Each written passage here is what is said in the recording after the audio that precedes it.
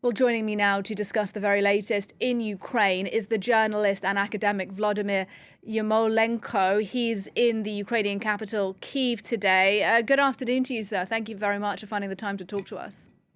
Hello. Can I just ask you, first of all, about that rather extraordinary footage we saw yesterday of a drone apparently trying to hit the Kremlin building? You'll have seen those reports that Russia says that was a Ukrainian drone that was trying to kill Vladimir Putin. Do you think it was a Ukrainian drone? Look, I have no information about this. I cannot speculate.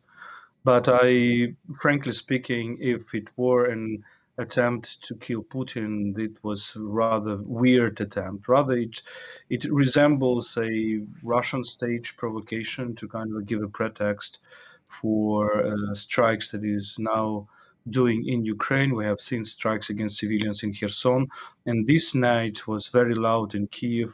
Many people heard huge explosions, and Russians also directed their missiles and drones against Kyiv. So let's see what happens next.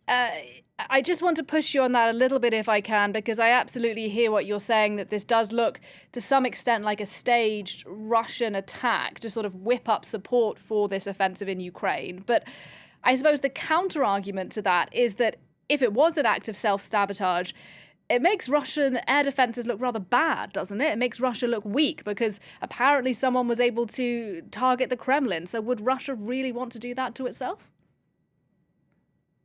Well, we need to ask the Russians themselves. What we see from the events in different Russian places is that Russia is indeed very weak. Is indeed very weak in air defense because there are explosions in many places in Crimea, in occupied Crimea, in the cities close to the Ukrainian border, and many other places. So.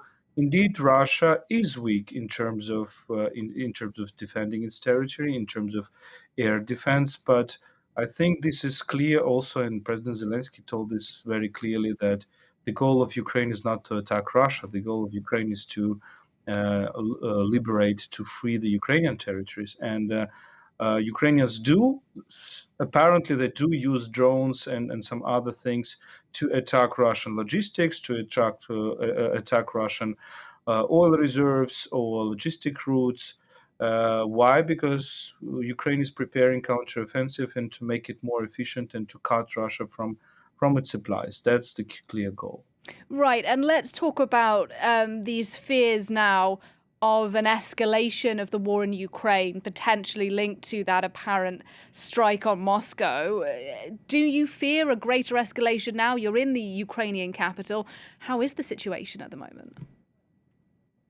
Look, I don't think that the word escalation has any sense after all what has happened during the past 15 months. So after the shooting of the civilian corridors, after the air bombs on civilian residential areas, and we visited lots of places where just air bombs destroyed the half of the building, killing dozens of people in towns like Izum, Borodyanka, Dnipro, all the rest.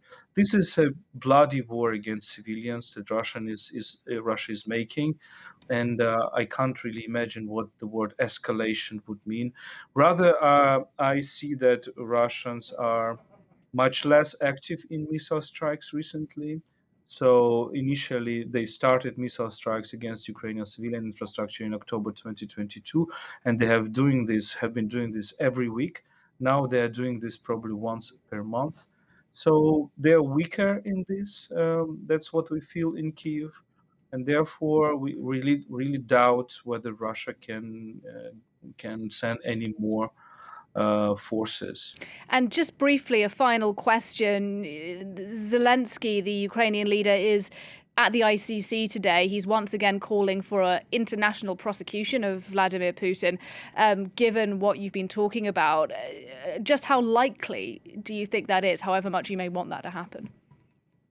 I don't think the question of likeliness is the right question. I think the question of our duty is the right question, because For Ukrainians, it's really not only the war about the territories, it's the war for justice. And therefore, the slogan of this visit, no peace without justice, I think it's a very right slogan, because we're really facing a regime, a Putinist regime, which is a continuation of all those crimes of Bolshevik and Stalinist regimes in the 20th century.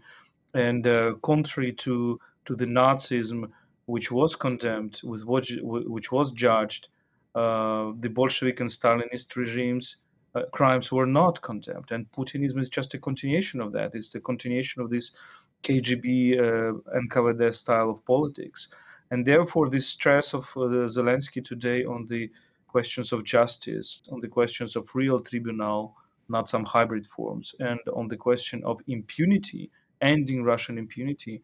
I think these are the questions which are really at the core of what Ukrainians are fighting for. Therefore, we should not think whether it's likely or not. We should think in terms of Putinism is a regime of criminals, and we should find the ways to bring justice back. Volodymyr Yermolenko talking to us live from Kyiv. Sir, thank you very much. Thank you.